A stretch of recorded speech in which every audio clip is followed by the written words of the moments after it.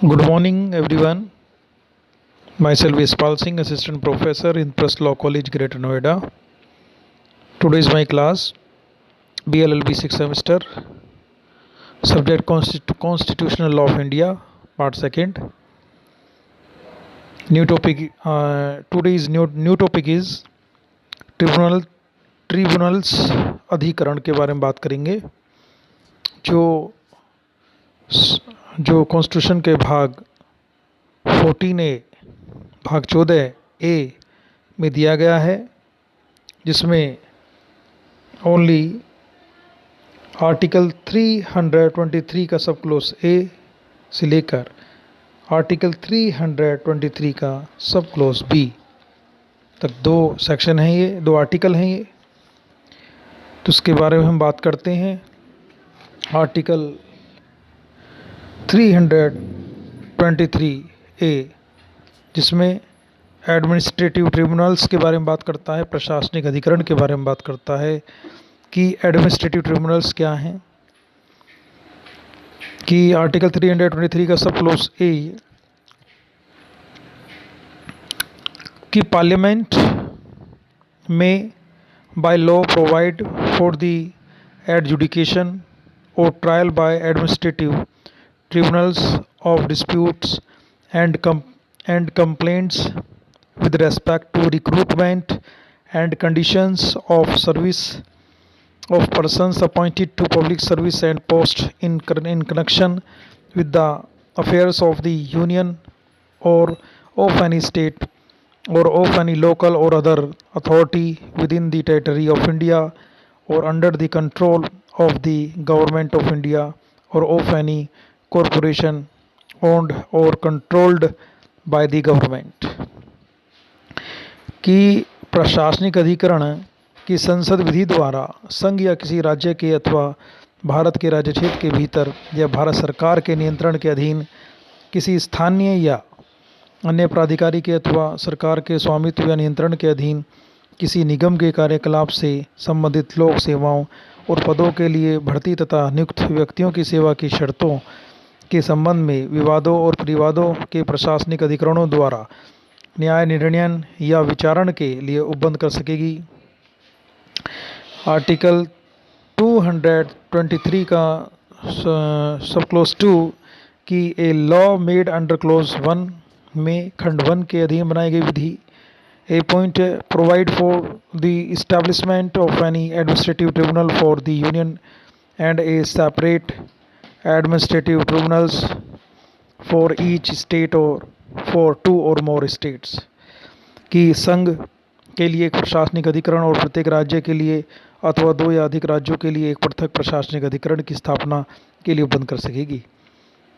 B point है specify the jurisdiction powers including the power to punish for contempt and authority which may be exercised by each of the said tribunals. कि उक्त अधिकरणों में से प्रत्येक अधिकरण द्वारा प्रयोग की जाने वाली अधिकारिता शक्तियाँ जिनके अंतर्गत अवमान के लिए दंड देने की शक्ति है और प्राधिकार निर्दिष्ट कर सकेगी। सी पॉइंट है provide for the procedure including provisions as to limitation and rules of evidence to be followed by the said tribunals. C point है उक्त अधिकरणों द्वारा अनुसरण की जाने वाली प्रक्रिया के लिए जिसके अंतर्गत परिसीमा के बारे में और साक्ष्य के नियमों के बारे में उपबंध कर सकेगी। सी पॉइंट है provide for the procedure including provisions as to limitation and rules of evidence to be followed by the said tribunals. C point है कि उक्त अधिकरणों द्वारा अनुसरण की जाने वाली प्रक्रिया के लिए जिसके अंतर्गत परिसीमा के बारे में और साक्ष्यों के नियम के बारे में उपबंध कर सकेगी। डी पॉइंट है exclude the jurisdiction of all courts except the jurisdiction of the Supreme Court under Article 136 with respect to the disputes of complaints referred to in clause 1। D point है कि अनुच्छेद 136 के अधीन उच्चतम न्यायालय की अधिकारिता के सिवाय सभी न्यायालयों की अधिकारिता का खंड 1 के में निर्दिष्ट विवादों या परिवादों के संबंध में अपवर्जन कर सकेगी। E point है provide for the transfer to each such administrative tribunals of any case is pending before any court or other authority immediately before the establishment of such tribunal as would have been within the jurisdiction of such tribunals if the cause of action on which such suits or proceedings are based had arisen after such establishment. की point है कि प्रत्येक ऐसे प्रशासनिक अधिकरण को उन मामलों के अंतरण के लिए उपबंध कर सकेगी जो ऐसे अधिकरण की स्थापना से ठीक पहले किसी न्यायालय या अन्य प्राधिकारी के समक्ष लंबित है, और जो यदि ऐसे वाद हेतु जिन पर ऐसे वाद या कार्यवाहियाँ आधारित हैं अधिकरण की स्थापना के पश्चात उत्पन्न होते हैं तो अधिकरण की अधिकारिता के भीतर होते। F point A, repeal and or armed any order made by the president under clause 3 और आर्टिकल 371D। राष्ट्रपति द्वारा अनुच्छेद 371 घ के खंड 3 के अधीन किए गए आदेश का निरसन या संशोधन कर सकेगी। Q point है G point A, contain such supplemental, incidental and consequential provisions including provisions as to the fees as Parliament may deem necessary for the effective functioning or of and for the speedy disposal of case by and the enforcement of the orders of such tribunals। ऐसे अनुपूरक अनुषांगिक और परिणामिक उपबंध जिनके अंतर्गत fees के बारे में उपबंध हैं अंतर्विष्ट कर सकेगी जो संसद ऐसे अधिकरणों के प्रभावी कार्यकरण के लिए और उनके द्वारा मामलों के शीघ्र निपटाने के लिए और उनके आदेशों के प्रवर्तन के लिए आवश्यक समझे। थर्ड पॉइंट है कि the provisions of this article shall have effect notwithstanding anything in any other provisions of this constitution और in any other law for the time being in force. Third point है कि इस अनुच्छेद के उपबंध इस संविधान के किसी अन्य उपबंध में या तत्समय प्रवर्त किसी अन्य विधि में किसी बात के होते हुए भी प्रभावी होंगे। आर्टिकल 323 का सब क्लोज भी कहता है कि ट्रिब्यूनल्स फॉर अदर मैटर्स अन्य विषयों के लिए अधिकरण हैं। कि आर्टिकल 323 का सब क्लोज ए कहता है कि the appropriate legislature may by law provide for the adjudication or trial by tribunals of any disputes, complaints or offences with respect to all or any of the matters specified in clause 2 with respect to which such legislature has power to make laws। समुचित विधानमंडल विधि द्वारा ऐसे विवादों, परिवादों या अपराधों के अधिकरणों द्वारा न्याय निर्णय या विचारण के लिए उपबंध कर सकेगा जो खंड 2 में निर्दिष्ट उन सभी या किन्हीं विषयों से संबंधित है जिनके संबंध में ऐसे विधानमंडल को विधि बनाने की शक्ति है। आर्टिकल 323 का सब क्लोज 2 कहता है the matters referred to in clause 1 are the following namely. खंड 1 में निर्दिष्ट विषय निम्नलिखित हैं। ए पॉइंट है levy assessment, collection and enforcement of any tax किसी कर का उद्ग्रहण, निर्धारण, संग्रहण और प्रवर्तन। बी पॉइंट है फॉरेन एक्सचेंज, इंपोर्ट और एक्सपोर्ट अक्रॉस कस्टम्स, फ्रंटियर्स, विदेशी मुद्रा, सीमा शुल्क, सीमांतों के आर पार आयात और निर्यात। सी पॉइंट है इंडस्ट्रियल एंड लेबर डिस्प्यूट्स, औद्योगिक और श्रम विवाद। डी पॉइंट है land reforms by way of execution by the state of any state as defined in an article 31A or of any rights therein or the एग्जीक्यूशमेंट और modification of any such rights or by way of sealing on agricultural land or in any other way। कि अनुच्छेद 31 क में यथा प्रभावी स्वीकृति संपदा या उसमें किसी किन्हीं अधिकारों के राज्य द्वारा अर्जन या ऐसे किन्हीं अधिकारों के निर्वापन या उपांतरण द्वारा या कृषि भूमि की अधिकतम सीमा द्वारा या किसी अन्य प्रकार से भूमि सुधार। ई पॉइंट है सीलिंग और ऑन अर्बन प्रॉपर्टी नगर संपत्ति की अधिकतम सीमा। एफ पॉइंट है elections to either house of parliament और the house of either house of the legislature of a state but excluding the matters referred to in article 329 A।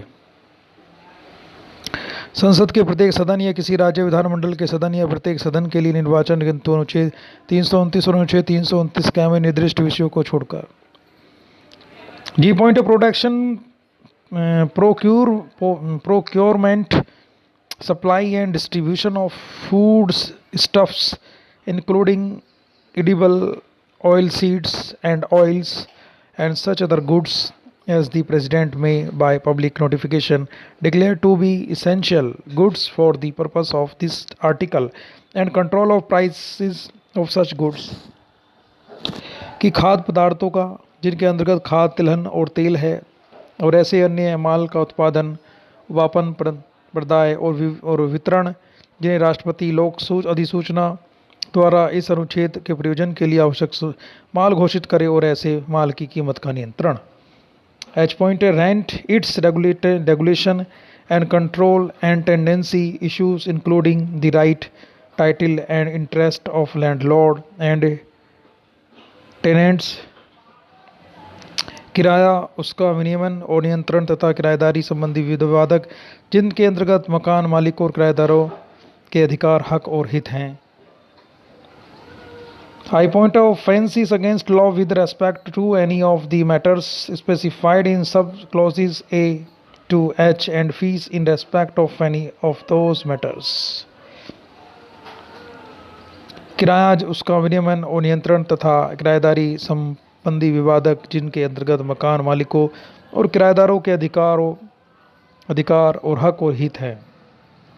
I point any matters incidental to any of the matters specified in subclause A to F। उपखंड क से उपखंड झ में निर्दिष्ट विषयों में से किसी का अनुषंगिक कोई विषय।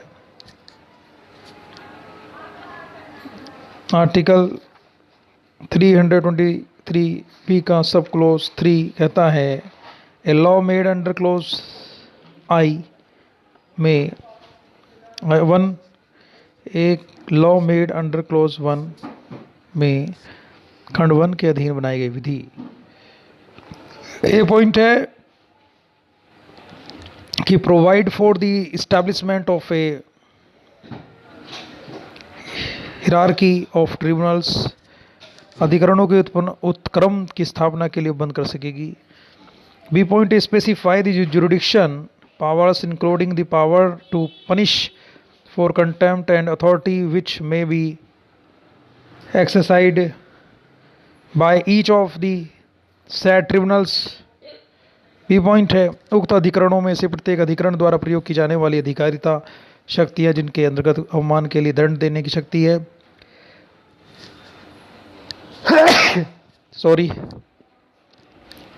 प्राधिकार निर्दिष्ट कर सकेगी। सी पॉइंट है कि provide for the procedure including provisions as to limitation and rules of evidence to be followed by the said tribunals. उक्त अधिकरणों द्वारा अनुसरण की जाने वाली प्रक्रिया के लिए जिनके अंतर्गत परिसीमा के बारे में और साक्ष्य के नियमों के बारे में बंद है और बंद कर सकेगी। D point exclude the jurisdiction of all court except the jurisdiction of the Supreme Court under Article 136 with respect to all or any of the matters falling within the jurisdiction of the said tribunals। अनुच्छेद 136 के अधीन उच्चतम न्यायालय की अधिकारिता के सिवाय सभी न्यायालयों की अधिकारिता का उन सभी या किन्हीं विषयों के संबंध में अपवर्जन कर सकेगी जो उक्त अधिकरणों की अधिकारिता के अंतर्गत आते हैं।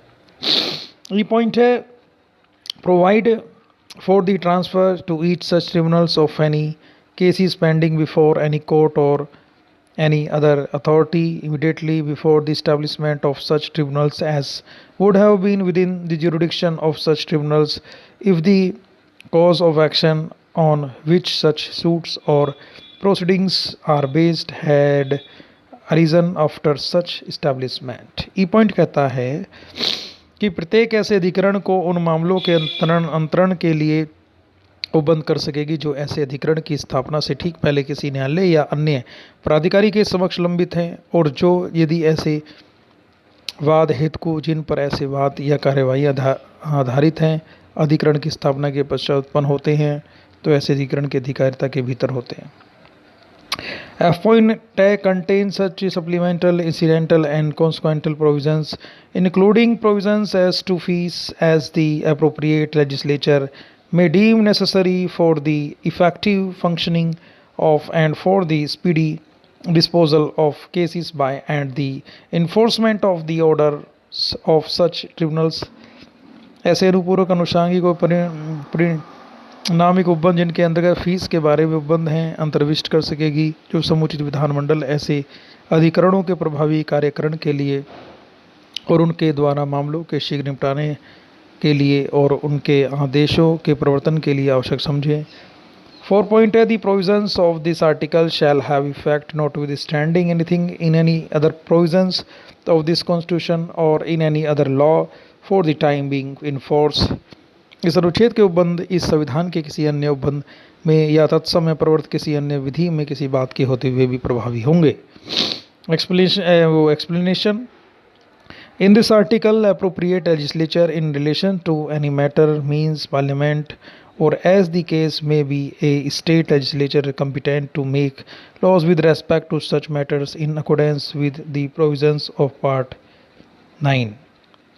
किस अनुच्छेद में किसी विषय के संबंध में समुचित विधानमंडल से यथास्थिति संसद या किसी राज्य का विधानमंडल अभिप्रेत है जो भाग 11 के बंदों के अनुसार ऐसे विषयों के संबंध में विधि बनाने के लिए सक्षम है।